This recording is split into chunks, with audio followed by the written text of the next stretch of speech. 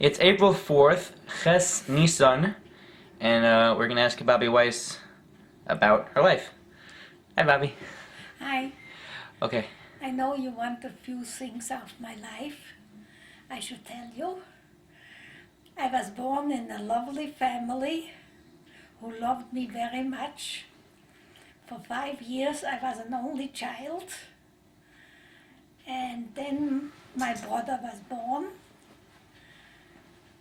And not only it changed then, not because he was born, but the situation in Germany changed.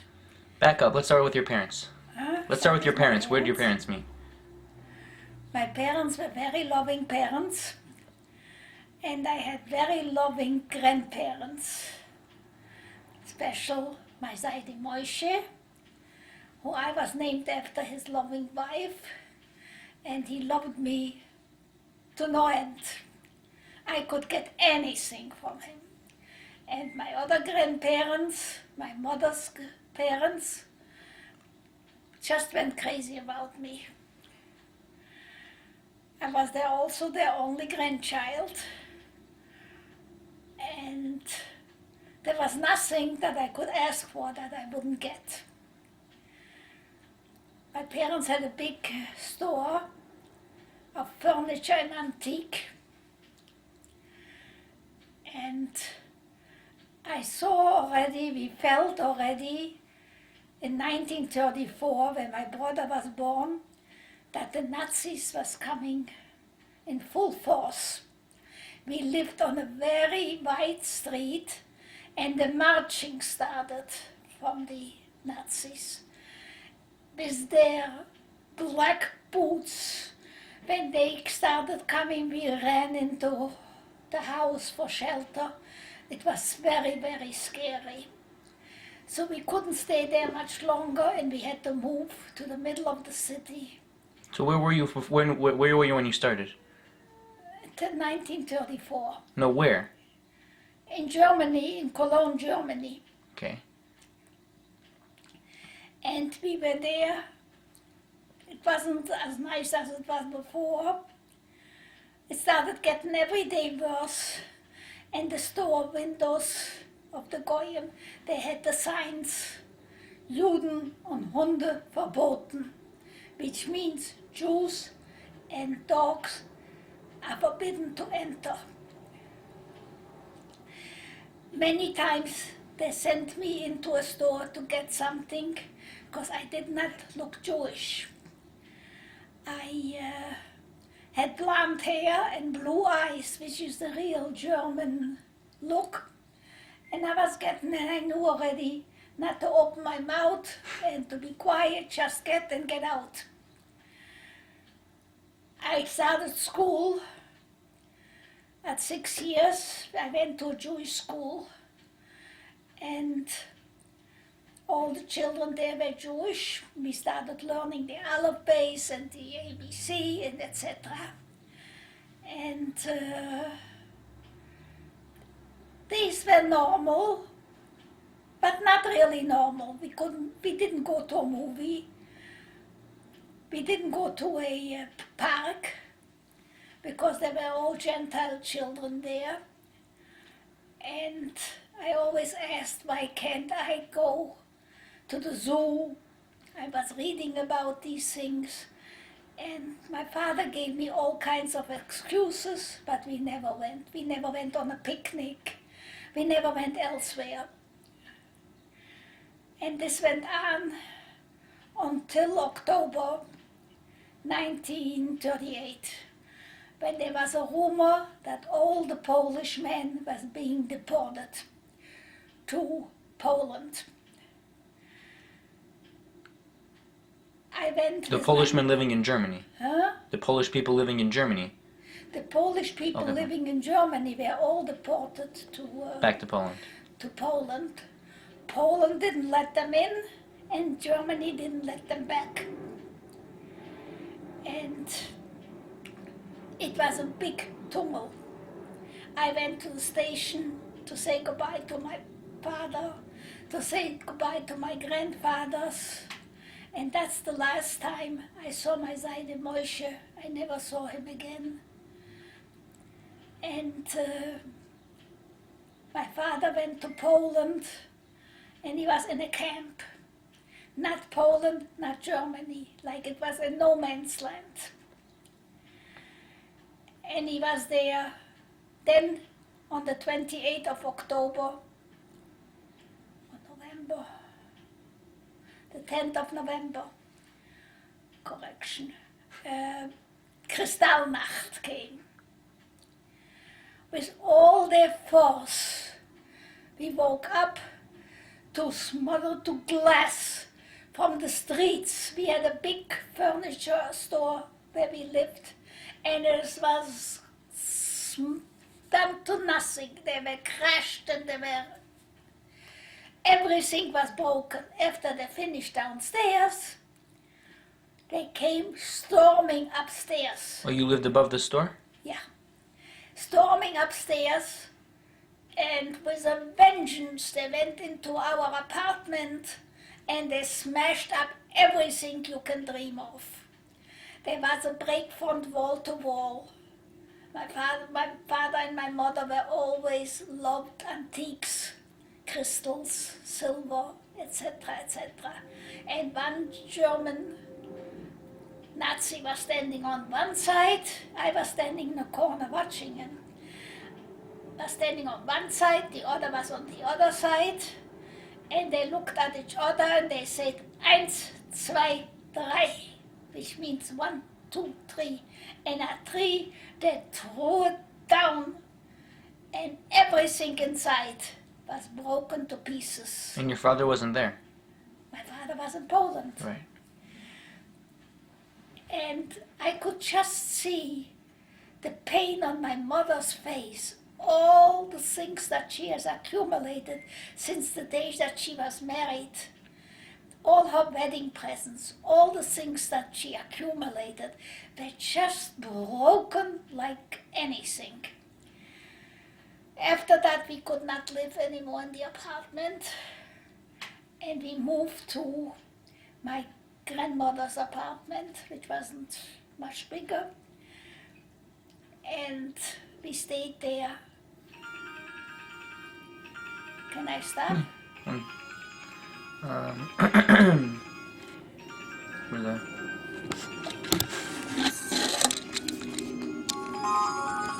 How do I pause this?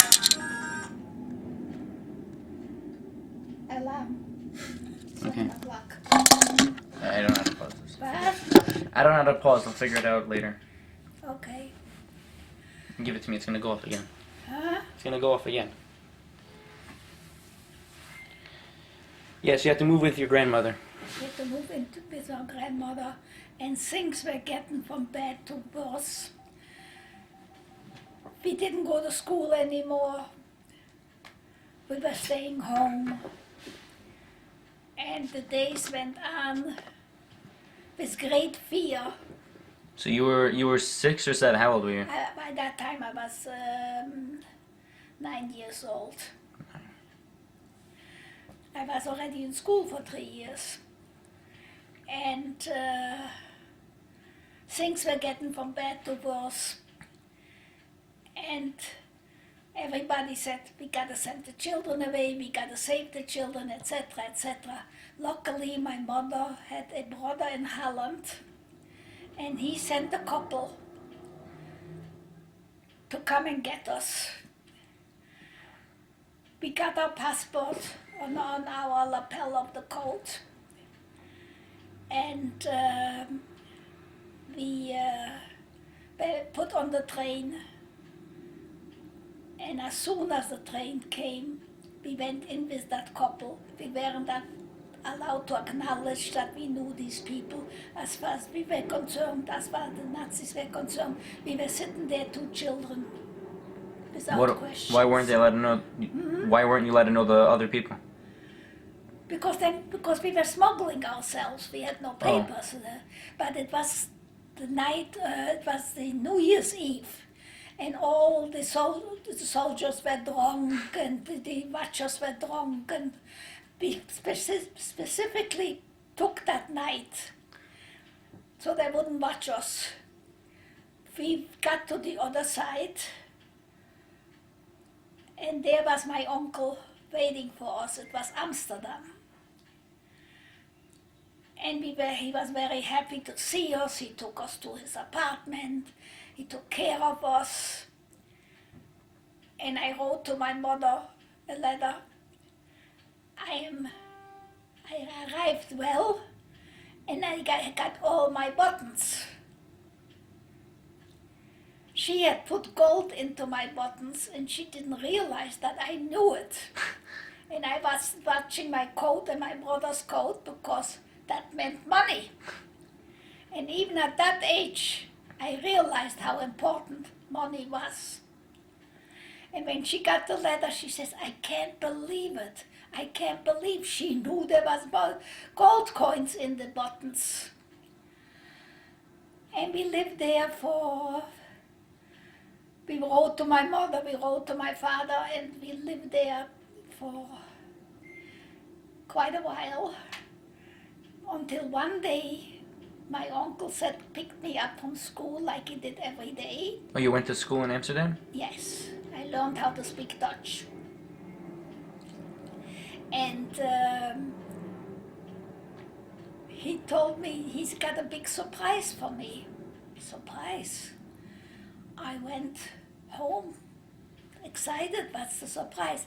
I walked in, and to my surprise, my mother was sitting there. I cannot imagine in my whole life ever experiencing such a surprise. I grabbed her, I hugged her, I made her promise me she'll never leave me alone. It was a reunion that is very, very, very hard to realize. We stayed together. How did she get there? She smuggled herself. Smuggled. She walked all night with a smuggler. Wow. Over the border. And at one point she was walking and the smuggler disappeared. And she heard footsteps. Where she's standing there alone on a cemetery between the quorum. And then the smuggler came back and he said that were the footsteps of a cow. And he came back and he took her to her destination. And we had a nice reunion. We missed my father. And my father got permission to leave Poland, to liquidate his business, which the Nazis did. Little did they know that the Nazis did it already, and he did not return there, although he paid that he will return. And he could not come to Holland, which was very lucky, because very few people in Holland were able to save themselves. And we got to, he went to Belgium, to Antwerp. Then he started writing every day to my mother, get everything possible and come here. Get a smuggler, pay this, pay that, get here. And we did. We went in the middle of the night. We went through fields. We went through grasses. And we got to the other side while the guards were changing. And it was a cold night, and they were sitting in their booths there drinking. Who's going to come and smuggle themselves now? And on the other side, there was a car waiting for us. They didn't have any lights on. And as we got in, he drove right off and he went straight to Antwerp. And we went to my grandmother's house, which she wasn't home. So we said, let's go to my aunt's house. And we went to there. And as they opened the door and they saw us, they screamed, Tante Hella, Rifken Herrscher hier, Tante Hella, Rifken Herrscher hier. My father happened to be there and my grandparents happened to be there. I cannot describe the noise, the happiness that was there when they saw us. It was impossible to describe it. And we were there reunited with my father and my grandparents from my mother's side. We lived in Belgium for 9 months, which were the hardest, very hard. It was the coldest winter. We didn't have a warm apartment. How old were you? Huh? How old were you then? How old were you? I was by that time 9.5. And it was the coldest winter. My brother got sick, he got whooping cough. And they sent him to a refreshment home in the mountains where he could get better air for. And we lived there for 9 months until one day I saw my father get up in the middle of the night. He was standing by the window with my mother, and he says to her very quietly, "We are being invaded." He saw the planes flying, he saw a noise that he never heard of before, and he says, "We are being invaded." Okay, the next morning, my mother said she's going out to get my brother to the mountains. Everybody said they're sending the children to France, then you shouldn't go. She wouldn't take no for an answer. She went by horse and buggy, by a car. She hitchhiked literally to the mountains. And the mountains was deserted. The counselors all left and the kids were running around loose. And she picked my brother up, and there was another child or two from the same street. She took that child home too. She saved these children's lives. And going back was the same thing, hitchhiking, horse and buggy, with a car, with a this. She came back, and then one day my cousin came, my father's sister sent him and said, "We are going," they opened the border to France, and we are going to France. Come, pack a few things and meet us at the train station. My mother ran over to her parents and told them the same message and says, "Come over to the train station."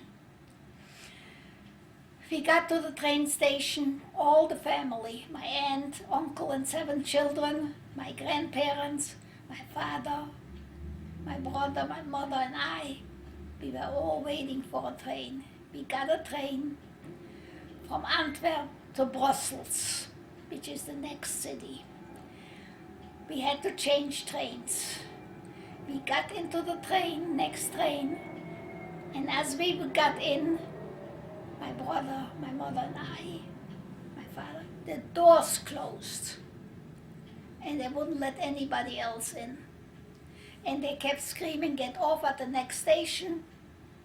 We meet you there." Most of them we never saw again.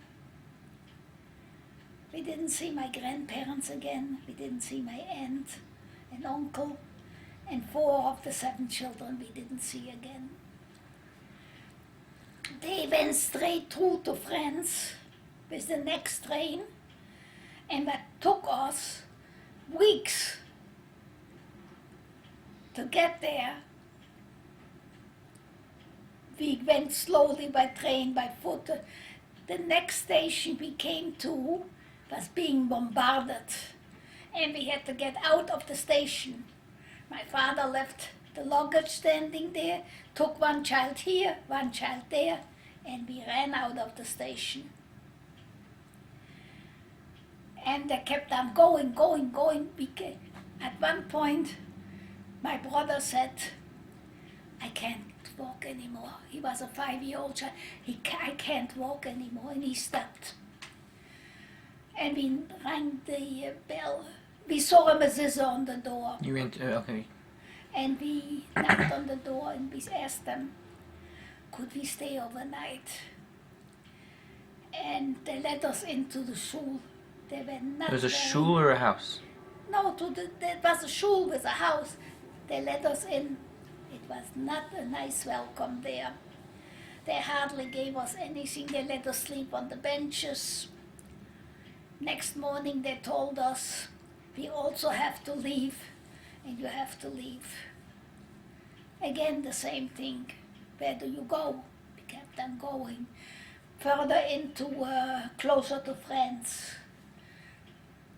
And we went again with a train, with a bus, with a horse and wagon. Next night, same thing, where do we stay overnight? And we knocked on a door, and it happened to be a pastor. He opened the doors wide. He was nice to us. What can I give you to eat? I said, we are Jewish and we are kosher. So he said, the bread you can have. That time you could have bread all over. And he made us hard-boiled eggs. And that's all we had there. We stayed overnight, and the next day we walked again. But he was very nice to us. And we kept on walking until we reached a city named Bordeaux in France. First we got to Spain, and then we got to, first we got to Bordeaux. And there were a lot of Jews in Bordeaux. And my father was a very friendly person, and he always made friends with everybody. Where are you going? How are you going? When do you go? And there was a rumor that we could go to Portugal. Okay. The line to the consul to get our passport stamped was from here to eternity. And my father walked up the line, and he saw a Jewish man, and he said, Shalom Aleichem. And while he said Shalom Aleichem, he handed him the passports. He says, when you have your stamps, have mine stamped too, which he did. His name was Rabbi Krieger. We got together with him in America again. And we got to Portugal, and it's again on a transit visa. We couldn't stay there too long. Came a rumor from the joint that there's a country named Santo Domingo, and they gave a piece of their land to be worked, farmed, and they're letting in X amount of Jewish people to become farmers. Okay. My mother said, where's Santo Domingo? So my father went to the library and took out a map, brought it home, showed her, here's Santo Domingo.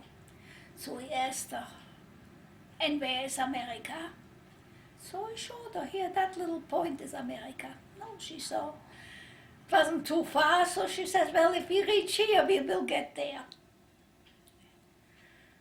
And we got to Santo Domingo, which wasn't an easy task either, because we went 9 months in Portugal, and it wasn't bad.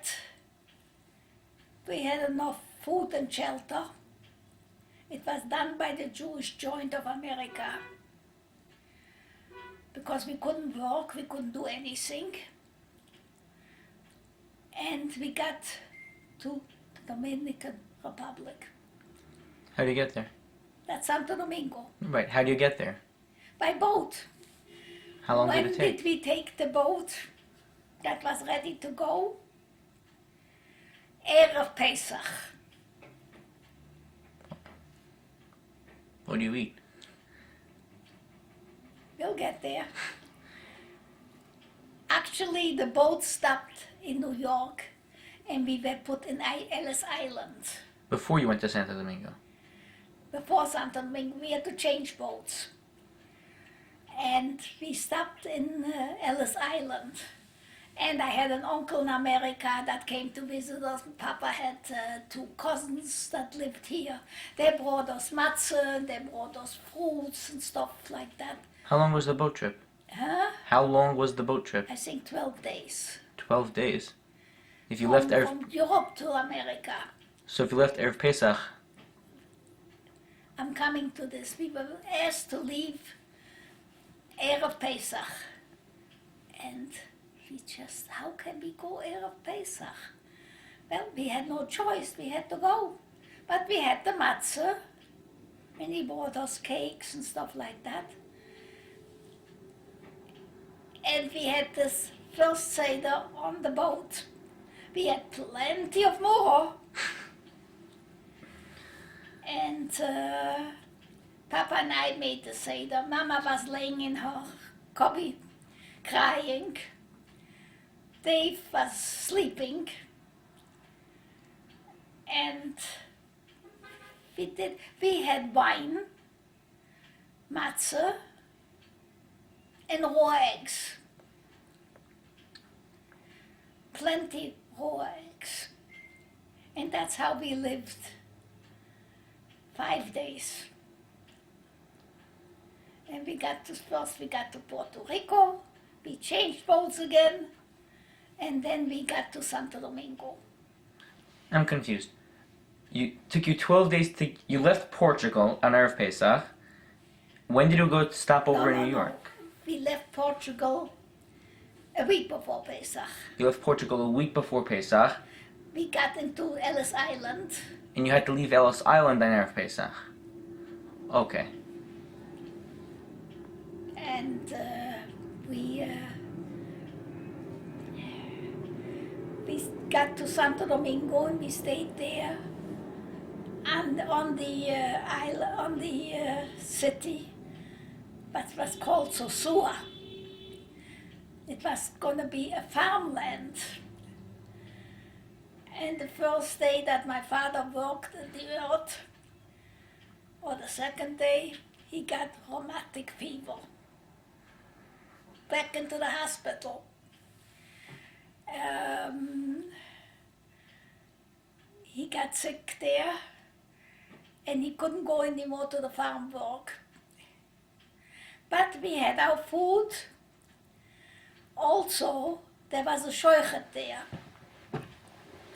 And my father was very medactic of the shochet, you know. And the first day that he was in the men's room, he saw the shochet shaving his face with a razor. He comes out and he says to my mother, "Hooders, we don't have a shochet anymore." He says, "What happened?" He shaved himself with a razor. You're not allowed to shave yourself with a razor. I'm sure you know that. And he shaved himself, so we couldn't eat any more the chickens. That's all we had there is chickens. We were there 9 months, but there was no school. And my father started complaining, "I'm bringing up illiterate children. They won't know anything. My boy never learned how to read and write. My daughter knows how to read and write, but what is she now doing with German?" So they started to teach me Spanish, which didn't work out very well. The teacher came one day yes and one day no.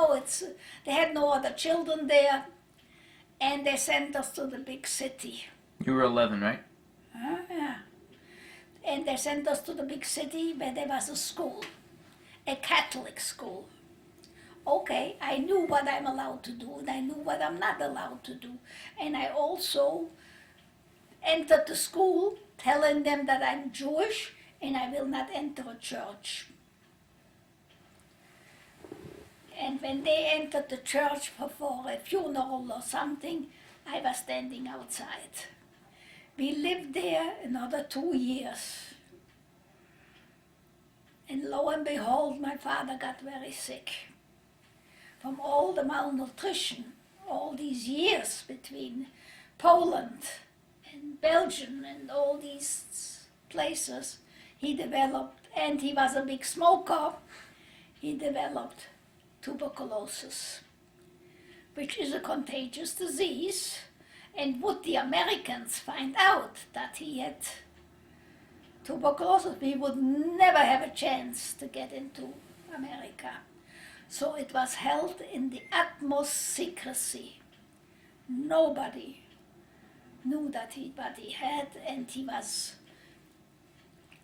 put into a sanatorium, which nobody knew, and we lived in seclusion for the next 2 years. There was a scheucher there. I went every morning before school with a chicken to have it shecht, and I brought it back, and for lunch we had lunch. We had no refrigeration, we had no icebox. So what I brought home, we had to eat up and couldn't keep it a few hours. It went spoiled within 2-3 hours. We lived there for 2 years, and we had a very good friend that got a visa to Cuba. And Where did you get money if your father was sick? the joint, Oh, they supported us. The joint supported you, okay. That's why I still support them today, and your father thinks I'm crazy. They're goyim, they're nishiden. I said, I know what I went through, and that's why I support them. And So you went to Cuba. we went, she said that she will send us a visa to come to Cuba. She helped us. She really helped us, that couple. We came to Cuba, which was a Jewish city, a frum city, a besmetterish. And by that time my father was much, much better. He was 3 years in a sanatorium before that. And he was much, much better. And my mother and I learned how to girdle diamonds in Cuba. And we made a nice money. So we didn't need from the joint everything. As we made, we told them how much, and we didn't want a penny more than we had to have. And slowly but slowly, we started applying to come to America. And one nice day, we got a visa on Friday to come to America, and guess what day we left? Sunday morning. We left the apartment, we left the furniture, we left everything, we packed our belongings. Why couldn't you stay in Cuba? We didn't have a yeshiva for Hersh. Nothing. I was working, I was 14 years old, and I said I'm 16, I was working. I was bringing home money. I learned how to girdle diamonds. And Mama did. And we got to America. And that's when life started all over again.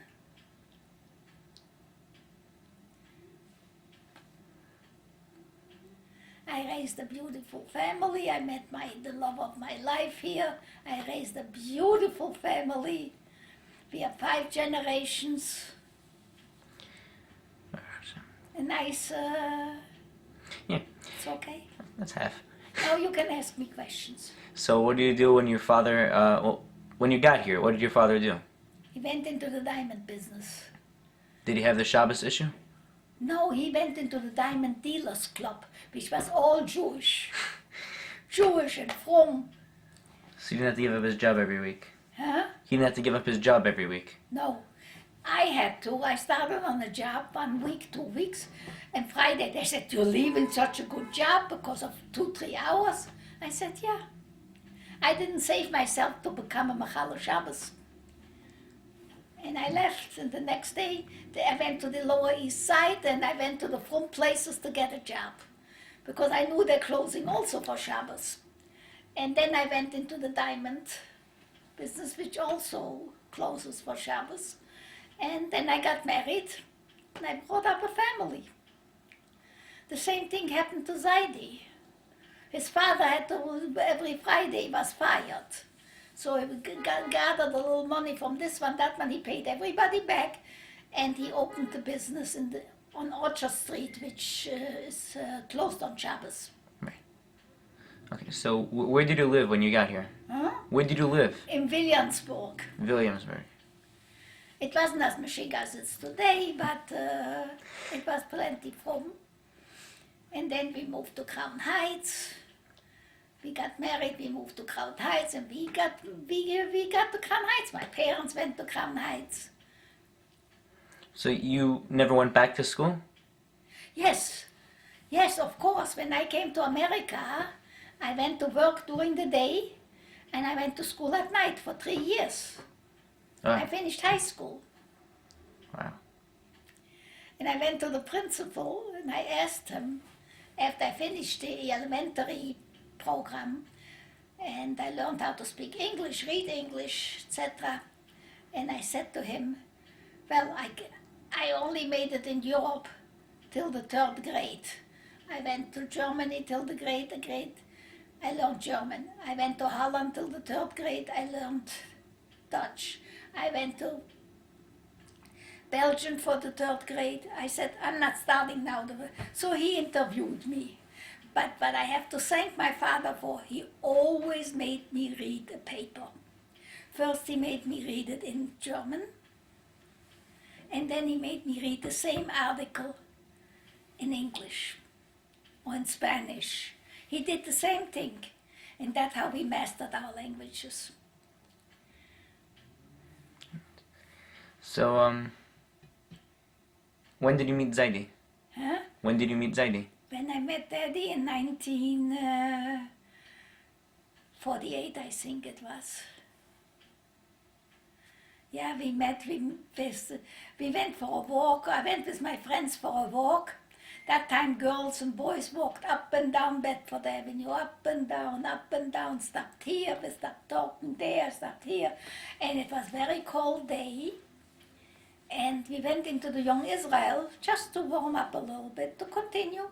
And they introduced me, this is this one, this is that one, this is Harry Weiss, this is Regina Pinter. And he says to me, Regina Pinter, you're Leibish Pinter's daughter? They danced together. I said, yes. And we got to talking. Hello. This is Regina Weiss's phone. Who is this? This is Ari Bennett. Yeah. Baruch Hashem. Yeah, could she call you back in a few minutes? Who is this? Bye. Huh? I don't know. Who, they didn't say who this? They did, but I didn't hear. You see the name on top? No, it's a number. Huh? It doesn't have a name. Okay. So yeah, you were talking to Zaidi in... I didn't know how to speak English yet, and he started talking to me in Yiddish. And that's how we became friendly, and we met again and again. So when you got married, where did you live first? In Crown Heights. Crown Heights. And then Zaidi was in the diamond business, right? No, he was in the schmatte business on the Lower East Side. He sold bras and girdles and panties, ladies' wear, and robes and nightgowns. He made a living. So he didn't have any problem with that? No. The beginning of that time, the stores, all the stores were closed on Sunday. So they were open on Sunday, so people gathered. Then the stores opened on Sunday. That's very nice. Okay, so do you know any interesting things that happened in America? The normal things. Normal things. Okay, do you know any of Zaidi's stories? Huh? Do you know any of Zaidi's stories? All of them. What happened? He came to America. He was, first he came to Cuba. Zaidi also first came to Cuba? I didn't know him then. He left before I came. And he got to America and they struggled. And he went to Torah with us. And he was 14, 15 years old. He went into the business. And he got a chauffeur to chauffeur him around because he was not 18 years old yet. You can't drive Right. before 18. And he helped his father. They worked themselves up. Very nice. Similar stories. Very similar. I'm trying to think here. You covered a lot of stuff. You can ask me anything you want. Can I see anything? Any pictures there? Oh, this is... You're in video. I'm coming over to you.